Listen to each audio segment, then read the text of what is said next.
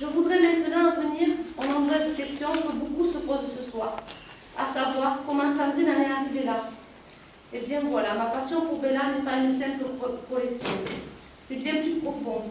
Tout a débuté un jour de ma tendre enfance où ma grand-mère Barbara m'a offert une poupée Bella.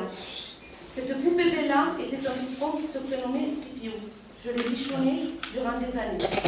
Ma grand-mère me disait toujours, surtout ne te sépare jamais de ce Pipiou. Eh bien voilà, je ne me suis jamais séparée de lui.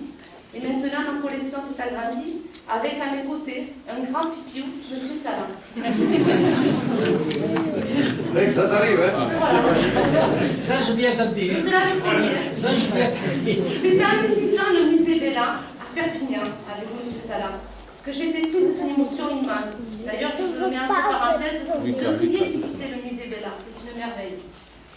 Alors depuis ce jour-là, la passion qui dormait n'a fait que s'amplifier et je suis devenue une passionnée de Bella, car il ne se passe pas un jour où je ne parle pas de Bella. Et je sais que beaucoup en ont un peu marre, mais bon, c'est comme ça. Nous devrions tous avoir une passion dans la vie. Cela nous permet de nous évader un peu dans un monde totalement différent et d'oublier, entre parenthèses encore, les soucis de la vie quotidienne. Je ne voudrais pas oublier un remerciement. Mon père Pierre, natif de la maternité suisse, mes deux grands-mères Yvonne et Barbara, deux grandes dames pour moi qui ont marqué leur passage dans cette ville qui est devenue la mienne.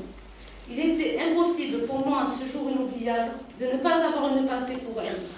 Voilà pourquoi cette exposition doit être pour moi un week-end merveilleux, en espérant pouvoir vous faire rêver dans un monde différent.